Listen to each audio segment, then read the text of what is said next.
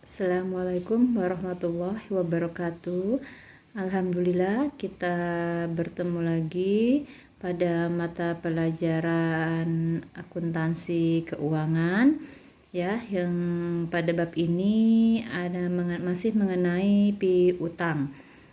Nah, kemarin Ibu sudah melakukan Zoom dengan kalian, meskipun yang masuk hanya 3 orang.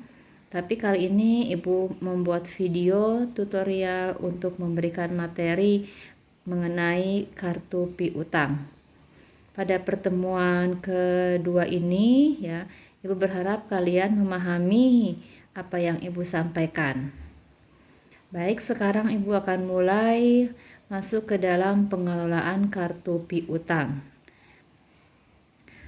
Pengelolaan kartu piutang dilakukan oleh tugas bagian kartu piutang ya.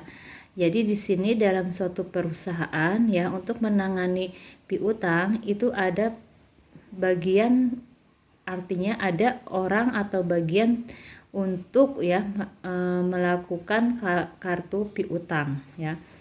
Yang pertama adalah di sini tugasnya adalah surat pernyataan piutang ya, untuk dikirim kepada debitur ya. Debitur itu berarti orang yang memiliki utang ya. Nah, di sini pengiriman surat pernyataan piutang bertujuan untuk konfirmasi piutang kepada debitur. Konfirmasi itu berarti menanyakan ya piutang kepada debitur.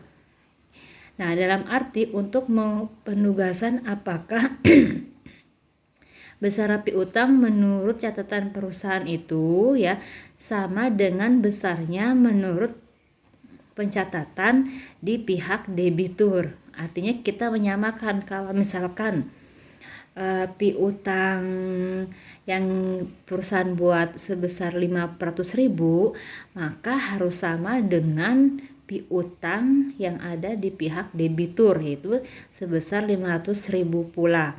Artinya di sini melakukan konfirmasi ya, penyamaan, jangan sampai berbeda di pihak perusahaan 500.000 lalu di pihak debitur 700.000. Nah, maka nanti ini akan ada perbaikan ya.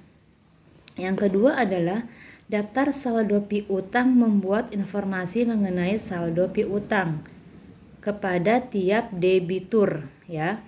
Nah, pada tanggal tertentu, artinya di sini ya, setiap tanggal tertentu itu harus dibuatkan saldo piutang. Yang tadi Ibu katakan, misalkan saldo piutang perusahaan Maju Jaya ya, di pihak kita di pihak perusahaan itu misalkan sebesar 1 juta rupiah. Nanti pada hari berikutnya akan ada transaksi baru ya. Nah, maka akan ada perubahan terhadap saldonya, apakah piutangnya menambah atau piutangnya berkurang. Jadi tugas bagian kartu piutang itu adalah mencatat ya setiap adanya transaksi yang mempengaruhi perubahan di saldo piutang ya. Artinya apakah saldo piutang tadi akan mengalami penambahan atau pengurangan. Yang ketiga atau C, daftar umur piutang yang memuat informasi mengenai piutang pada tiap kreditur ya, yang dikelompokkan berdasarkan usia piutang. Nah, di sini ya masing-masing diserahkan kepada kemampuan perusahaan. Artinya kemampuan untuk melakukan pembayaran utang kepada pihak kreditur. Kalau memang misalkan ya pihak debitur mampunya 1 tahun atau 6 bulan, itu disesuaikan dengan kemampuan perusahaan dalam dalam melakukan pembayaran saldo piutang ya. Kalau memang perusahaannya mengalami kemajuan di pihak debitur, maka bisa langsung melunasi hutangnya, maka di sini akan mempengaruhi saldo piutang di pihak kreditur. Kalaupun misalkan memang perusahaan tersebut mengalami kemunduran atau kerugian, maka juga akan bisa mempengaruhi kepada saldo piutang di pihak kreditur. sekarang kita akan mempelajari mengenai mutasi piutang. Ya.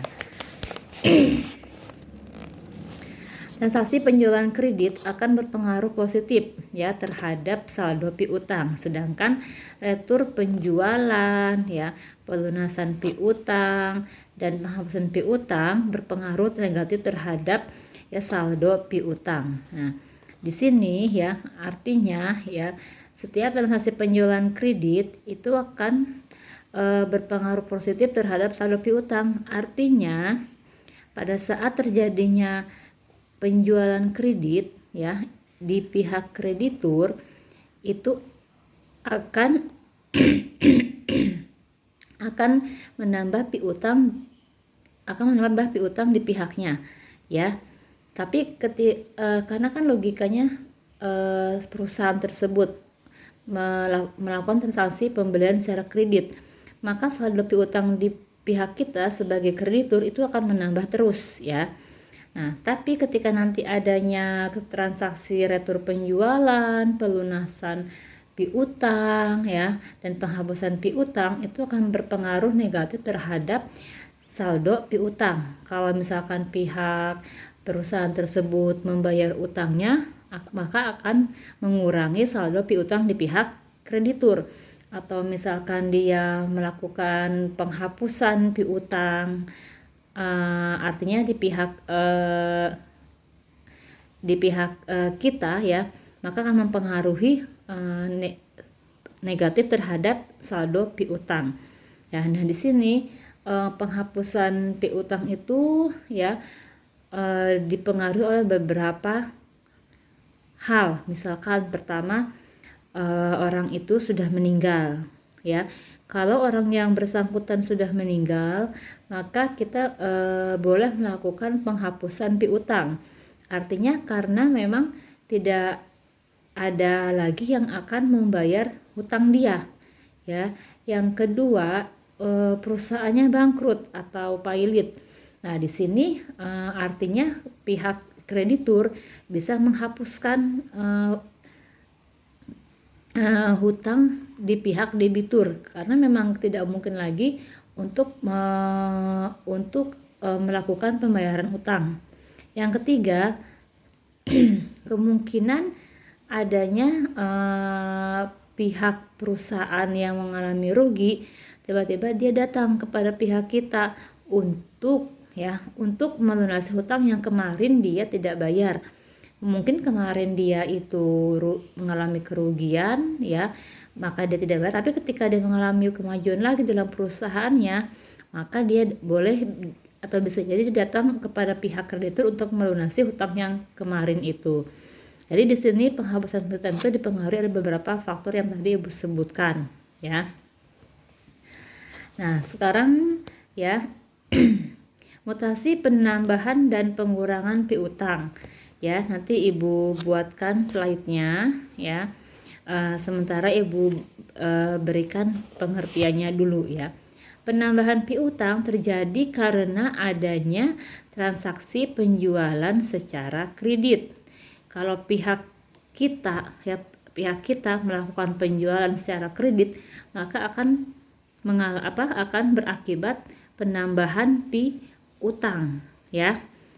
Tapi ketika si perusahaan tersebut membayar utang kepada kita, maka akan terjadi pengurangan piutang di pihak kita atau di pihak kreditur ya.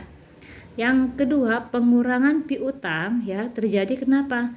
Karena tadi penerimaan pembayaran dari debitur ya. Kalau debitur itu membayar hutang, maka akan terjadi pengurangan kepada pihak kita sebagai kreditur ya. Yang kedua adalah pengembalian barang yang telah dijual atau retur. Ya, pengembalian barang yang telah dijual karena rusak ya itu pasti akan dikembalikan kepada pihak si penjual atau pihak kita. Nah, itu akan mengurangi saldo piutang ya. Apakah antar itu akan dipotong nilainya, harganya, atau digantikan dengan barang yang baru ya. Yang jelas adanya retur ya. Lalu yang ketiga adalah penghapusan piutang ya. Nah, tadi Ibu sebutkan di awal ya kenapa terjadi penghapusan piutang yang tiga hal itu. Maka di sini bisa mengurangi saldo piutang kita, karena ketika penghapusan piutang terjadi maka bisa jadi saldonya menjadi kosong ya, berarti semua hutang-hutang itu artinya hutang perusahaan tersebut dihapus oleh kita sebagai kreditur. Sampai sini Ibu akhiri, nanti akan Ibu buatkan slide-nya, lalu tugasnya juga akan tampil di slide. Semoga kalian memahami materi yang Ibu berikan untuk pertemuan kedua ini. Terima kasih. Wassalamualaikum warahmatullahi wabarakatuh.